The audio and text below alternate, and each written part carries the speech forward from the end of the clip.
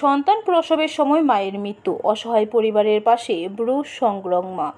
ঘটনার বিবরণে জানা যায়, শান্তিরবাজার মহকুমার সালথাং মনু ভিলেজের অন্তর্গত মধ্যটিলা বাসিন্দার বিশাল রিয়াংয়ের স্ত্রী রচনা রিয়াং সন্তান প্রসব যন্ত্রণায় গত 24 আগস্ট শান্তিরবাজার জেলা হাসপাতালে প্রসূতি বিভাগে ভর্তি হন।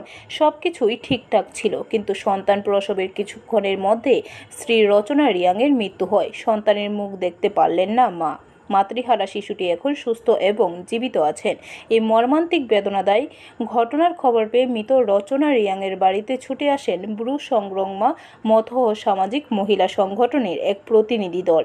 মাতৃহারা শিশুটির নিলেন খোঁজ খবর, পাশাপাশি পরিবারের লোকজনের সাথে কথাবার্তা বলে এই প্রতিনিধি দল সমবেদনা জানান। এছাড়াও ব্রু সংগ্রামা মথ ও সামাজিক সংস্থার মহিলা সংগঠনের পক্ষ থেকে মাতৃহারা শিশুটির পরিবারকে কিছু আর্থিক অনুদান প্রদান করা হয়। তাছাড়া মহিলা সংগঠনের পক্ষ থেকে মাতৃহারা এই অসহায় শিশুটিকে সবাই একটু সাহায্যের হাত বাড়িয়ে দেওয়ার জন্য আহ্বান করেন। ব্যুরো রিপোর্ট, খবর ত্রিপুরা।